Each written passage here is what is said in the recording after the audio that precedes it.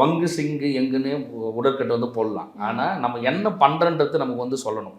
இப்போ நீங்கள் வந்து நம்ம சிவபுராணம் எடுத்தோம் அப்படின்னா கூட கடைசியாக வந்து பொருள் உணர்ந்து சொன்னால் தான் பலன் கிடைக்குன்னு சொல்லிட்டு முடிப்பார். அந்த மாதிரி நம்ம எந்த பூஜை செய்கிறோம் அப்படின்னாலும் அந்த பூஜையோடைய பொருள் வந்து நமக்கு தெரியணும்.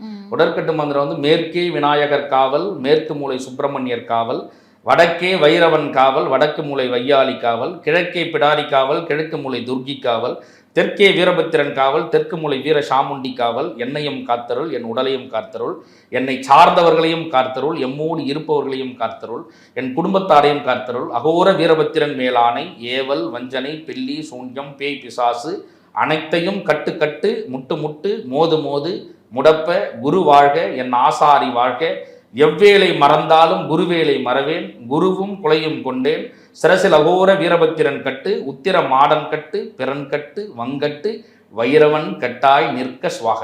இது வந்து ஒரு உடற்கட்டு. இதை சொல்லும்போது அஷ்டத்துக்கு நம்ம வந்து காவலாக நம்ம வந்து நிறுத்திக்கிறோம்.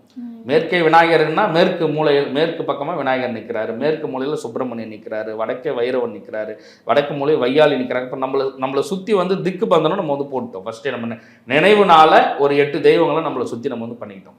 அப்புறம் உங்களையும் நீங்கள் காத்தர சொல்கிறீங்க, உங்களை சார்ந்தவர்களையும் காத்தர சொல்கிறீங்க, உம்மோடு இருப்பவர்களையும் காத்த சொல்கிறீங்க. இவ்விடத்தையும் இப்போ வாகனத்தில் பயணம் செய்கிறாங்கன்னா என்ன சொல்லுவோம்னா, நான் பயணம் செய்யும் வாகனத்தையும் காத்தருள் நம்ம சொல்லிக்கலாம். அந்த இடம் வந்து ஒரு டேஷ் போட்டுருவாங்க.